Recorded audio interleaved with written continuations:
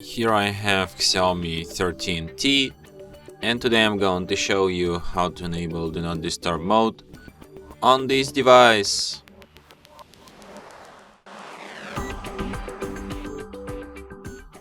So firstly you should go to the upper bar, and here you can find the button D&D, which stands for Do Not Disturb.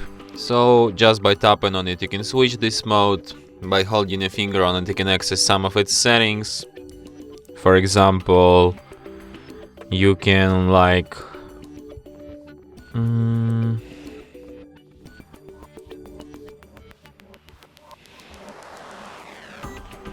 you can set it to turn on automatically when device is locked. You can notify about calls from anyone, from contacts only, from starred contacts only.